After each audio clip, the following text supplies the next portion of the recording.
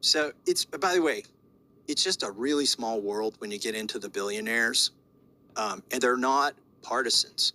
They're above party, right? The Epstein class, they don't associate themselves as Republicans or Democrats so much as they do among a class of billionaires who are above all of that, above the judges. They've got visa waivers. They fly private planes. They don't mingle with the public, whether it's on a plane or in a courtroom.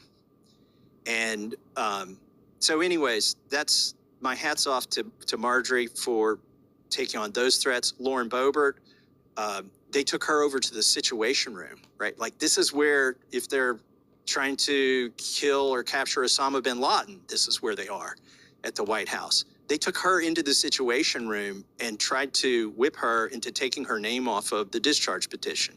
Over Epstein. Over Epstein, yep. And then the president vetoed a bill that would have brought water to a large portion of Colorado. Over Epstein. Over Epstein. And this isn't even, at this point, it's not just about Lauren Boebert. Why are people in Colorado deprived of water? Because their representative wants to expose a sex trafficking ring.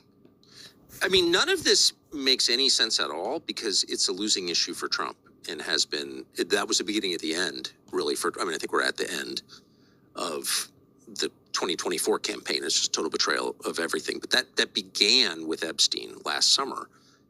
And Trump's now famous attack on his own voters. If you think this is important to know more about Epstein, I don't want your support.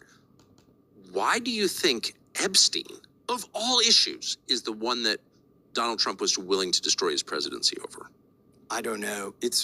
I did it because it was the right thing to do. Of course, I understand your motive, but the president pushed back now. He's endorsed this campaign against you and your family, but really just sort of hurt himself on behalf of the memory of Jeffrey Epstein. Like, there's something here, no?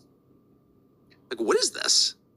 I think he's changed some, and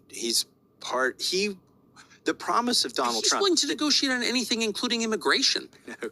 It's like, no problem, we'll give them citizenship. But when it comes to Epstein, it's like, no. And it does raise questions about, like, how did Epstein die and who signed off on that? And why was Epstein rearrested, actually, for crimes he'd already been convicted of and brought back from France to the United States and then gets murdered in prison less than 2 months later? Like, what is that? And maybe there's a connection, or I don't know. I'm just guessing, like, what is this? It's the people who are funding the ballroom, the people who are funding the arch, the people who are funding the rebranding of the Kennedy Center. These are the people who are also funding my opponent. These